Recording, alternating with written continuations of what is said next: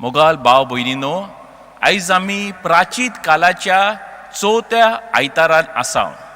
आयचो संडे आमी म्हणटा लेतारे संडे. लेतारे संडे म्हणल्यार खुशाल जावप. आयचो दीस दुखी जावप न्हय. दुसरेदां रिडिंग्स आसतात, वाचपां आसतात, आमकां सांगतले ताळणेन पडो नाका, वायट करी नाका.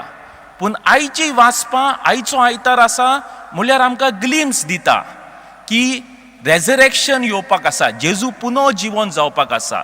खुशाल जायात, दुखी जाय नाकात. हो प्राचीन काल हाचो ह्यो आयतार आमकां इग्रोज आपयता आमी खुशाल जावपाक. कित्याक देव आमचो जायतो मोग कोत्ता. आयज आमकां आपयता ही वाचपां, आमकां होप दिता. जरी आमच्या जिवितांत त्रास कोश्ट आसता, आमच्या जिवितांत आयचो आयतार आमकां होप दिता. पयले वाचपान आमी पळयल्यार इस्रायलाचो लोक जायतीं वर्सां त्रासान आसलो. पूण आयज तो एक राजा येता, किंग सायरस. तो तांकां सांगता तुमी आतां फ्री जालेत, तुमी ह्या त्रासांतले, ह्या स्लेवरीसून तुमी फ्री जालेत. वसात तुमच्या गांवांत वसात आनी एक मंदीर बांदात आनी थिंगो देवाक तुमी नमस्कार करात. It is a freedom. आयची वाचपां आमकां सांगता खुशाल जाय. खुशाल कित्याक जाय? कित्याक देव तुज्या जिवितांत येता. आनी आयचे दुसरे वाचप आमकां सांगता की आमचो देव इज रीच इन मर्सी. कोणवालाय मोगान बोल्लोलो तो तांकां सांगता की तुमचे पातकांचेर आसा ते पासून हांव तुमकां बक्षिना. आपुणूच आसा तो देव आमचो रीच इन मर्सी. ते पासून तो देवाक, तो मनशांक ही मर्सी, हे ताचो मोग तो मनशांक दिता. आनी आयचे शुभ वर्तमान आमकां सांगता की देवान आपणाच्या एकल्याच पुताक ह्या संवसारांत धाडलो. कित्याक धाडलो? सगल्या मनशाचो मोग करूंक आनी हो मोग दुसऱ्यांक दिवंक. आयज म्हाका दिसता आयची तिनूय वाचपां आमकां सांगता की देव आमचो शिमे नासतना मोग कोत्ता. आमी जेन्ना गॉस्पल वाचता आमी जायते फावटी म्हणटा this is the gospel of the lord. हे देवाचे शुभ वर्तमान. शुभ ओ खुशाल कित्याक? कित्याक देव आमचो शिमे नासतना मोग कोत्ता, विथावट एनी कंडिशन. तुमी मिसा केल्यात म्हणून देव आमचो मोग कोत्ता? न्हय. तुमी फुडें बसल्यात म्हणून देव मोग कोत्ता? ना. देव आमचो शिमे नासतना मोग कोत्ता. जोरी आमी पातकी आसो, जोरी आमी बरे आसो, जोरी आमी वायट आसो, देव आमचो ही लव्स अस अनकंडिशनली. आयची वाचपां, आयचो आयतार आमकां देव आपयता खुशाल जा. कित्याक देव तुजो शिमे नासतना मोग कोत्ता. He loves you unconditionally. ताचे कोरे कितें आसा तो फूल मनशांक दिता. तेचे कोरे जेजू आसलो तो आमकां फुल्ली दिता. जोरी तर आमी कोणाचो मोग कोत्ता, if you were an artist, आमी एक बरें पेंटींग कोत्तेलें आनी त्या मनशाक दितेलें.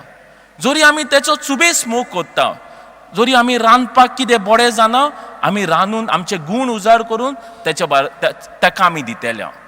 जोरी आमी तेच्योन सुबेस आमी ताच्या मनशाचो मोग कोत्ता, आमी कितें कोत्तेलें? आमी आमचो वेळ ताचे बरोबर सांडटेलें.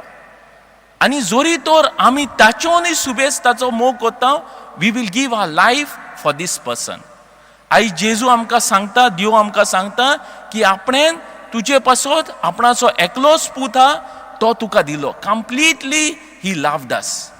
म्हाका आयज दिसता आयजचो आयतार आमकां सांगता खुशाल जा.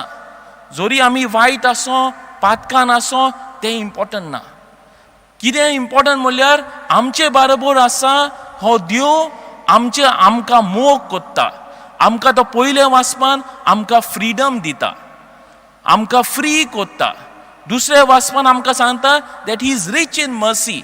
हे मोग दुसऱ्यांक दिता. आनी तिसरे वाचपान आमकां सांगता की आपणाची कोरे कितें आहा, आपणाची कोरे जो जेजू आहा तो आमकां कंप्लिटली दिता. म्हाका दिसता आयज देव आमकां सांगता आसतलो.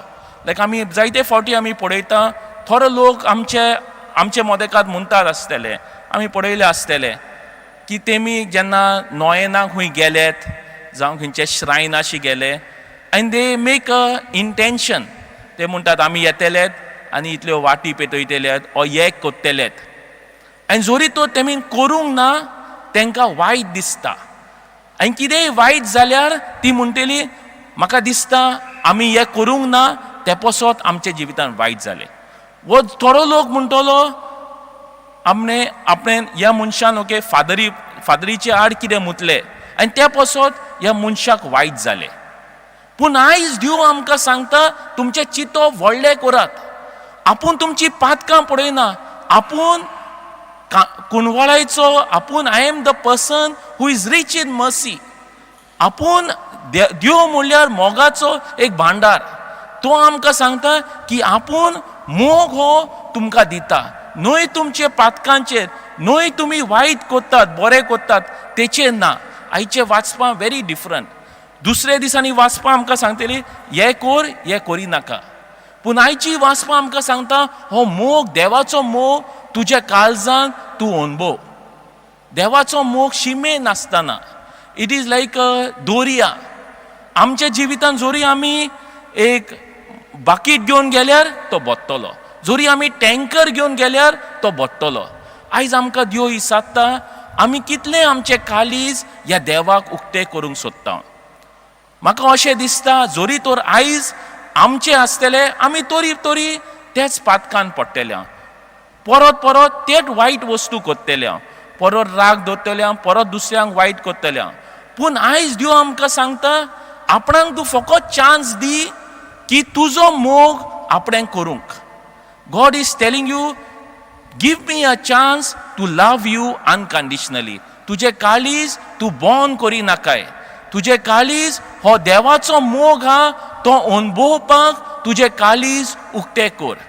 आयचो आयतार आमकां शिकयता की देव आमकां आपयता की हो मोग देवाचो मोग आमी आमच्या काळजांत अणभवूंक जाय आयज म्हाका दिसता आमकां देव सांगता की आपूण मोगाचो भांडार हो मोग जो देवाचो हा तो तुमी जोन एकल्यान अणभवूंक जाय म्हाका आयचे हितून अशेंय दिसता की जायते फावटी आमी जोरी तर आमकां कोणें वायट केलां जोरी तर आमकां कोणें त्रास केल्या आमी आमच्या देवाकूय तशेंच समजता की देवय आमचो कावंट कोत्ता देवय लायक सुपर मार्केटान म्हणजे आमी कितले दिले तितले आमकां मेळटा देव आयज आमकां सांगूंक सोदता की आपणाची चिंतना आनी आपणाचे काळीज तुमचे भाशेन न्हय आपणाचे काळीज म्हणल्यार व्हडले he is expecting us to open our minds आयचो एंटफन अशें बरयला खुशाल बरी जायात जेरुजल्याचो मोग कोत्तेल्यानो सोगली तुमी जमा जायात तिचे विशीं रुदोवन कोत्तेल्यानो तिचे बरोबर आनून बरी जायात खुशाल जायात संतोषान उडी मारात आयज म्हाका दिसता आमी जोरी तो दुखी घरा गेल्यार देवाक वायट दिसतले आयज आमकां देव आपयता खुशाल जावपाक हो मोग जो देवाचो आहा तो अणभवून आमी खुशाल जावपाक की भावार्थान आमी बदलतले देवाचें मेन एम म्हणल्यार हो मोग आमी अणभवले त्या उपरांत हो मोग आमकां ट्रान्सफॉर्म करतलो आमी बरें करतले म्हूण देव आमकां मोग करतलो तशें ना आमी जोशी आसा आयज पातकान आसा बरें आसा गॉड लव्स अस अनकंडिशनली आनी जो हो देव आमकां अनकंडिशनली लव करता त्या पासत आमी आमचें जिवीत बदलूंक सोदता आनी हो मोग दुसऱ्यांक दिवंक सोदता फ्रांसीस झेवियराचें जिवीत आमी पळोवंक गेल्यार तेका समजलें की हो संवसाराचो मोग म्हणल्यार आमी दुसऱ्यांक मोग दिता दुसरो आमकां मोग दिता जोरी तर आमी दुसऱ्यांक मोग करिना तेय आमचेर बेजार जातात जोरी तर आमी दुसऱ्यांचो मोग करिना आनी ते आमचो मोग करतात म्हणल्यार ते देव भाशेन दे लव अस अनकंडिशनली फ्रांसीस झेवियराक समजोन येयले की हो देव ताचो मोग अनकंडिशनल त्या पासून तेका जायतले तो आपणाच्या गांवांत वावर करपाचो हो अनकंडिशनल मोग तो घेवन गोंयां आयलो आनी जेन्ना तो गोंयां आयलो तो एक पाप साहेबाचो डेलिगेट कसो आनी गव्हर्मेंटाचे वाटल्यानूय एक डेलिगेट तेका एका बऱ्या बोंगल्यान राव येताले पूण ताणें एका हॉस्पिसीन रावपाक हें केलें जमनीचेर तो निल्लो कित्याक हो मोग तो ताका ट्रान्सफॉर्म करता. देवाक जाय तशें न्हय, देवाक जाय की हो मनीस हो देवाचो मोग सगल्यांक दिवंक. फ्रांसीस झेवियर स्टार्टेड मेकिंग चॉयसीस which will help to spread this love to others. त्या पासत आमी पळयतले हांव गोंयांत जायतो ट्युरिस्ट येतात, गोंयांत जायतो ट्युरिस्ट आसतलो, पूण लोकांक हो दिसलो की हो मनीस डिफरंट, कित्याक ह्या मनशान देवाचो मोग अणभवला आनी हो मोग तो दुसऱ्यांक दिवंक गेला. आयज म्हाका दिसता देव आमकां आपयता आमच्या घोराब्यांत आवय आनी बापायक की हो देवाचो मोग हा तो आमी दुसऱ्यांक आमच्या भुरग्यांक दिवप. जोरी तर आमी आमच्या जिवितांत आमची प्रॉपर्टी वस्तू गाडयो दिल्यो आमची भुरगीं खुशाल आसो की दुखी आसो, पूण जोरी तर आमी हो देवाचो अनकंडिशनल मोग आमी आमच्या भुरग्यांक दिले, तांच्या जिवितांत कितलेय त्रास येवं ती खुशाल उरतली, ती खुशाल आसतली आनी आपणाच्या जिवितांत फुडें सरतली. तांच्या जिवितांत त्रास येवं वो खुशालकाय येवं, हो मोग जेन्ना ते अणभवतात ते आपणाच्या जिवितांत फुडें वयतात. फ्रांसीस झेवियराच्या जिवितांतूय जायते त्रास आनी कोश आसले. जेन्ना तो दर्यांतल्यान येताना ते वर स्टॉर्म्स, केन्ना केन्ना ताका जेवण मेळूंक ना, केन्ना केन्ना ताका दुसऱ्या दिसा परत दुसऱ्या जाग्याचेर वचूंक पडलें, पूण हो देवाचो मोग ताणें आपणाच्या काळजान अणभवलो, त्या पासत ताका कितलेय त्रास येवं तो आपणाच्या जिवितांत फुडें सरलो. आयज म्हाका दिसता आयचे वाचपा आनी आयचो थीम आमकां दिसन करूंक लायता, आमकां विचून शिकयता की आमी ह्या संवसाराच्या वस्तूंचो मोग करता की हो देवाचो मोग.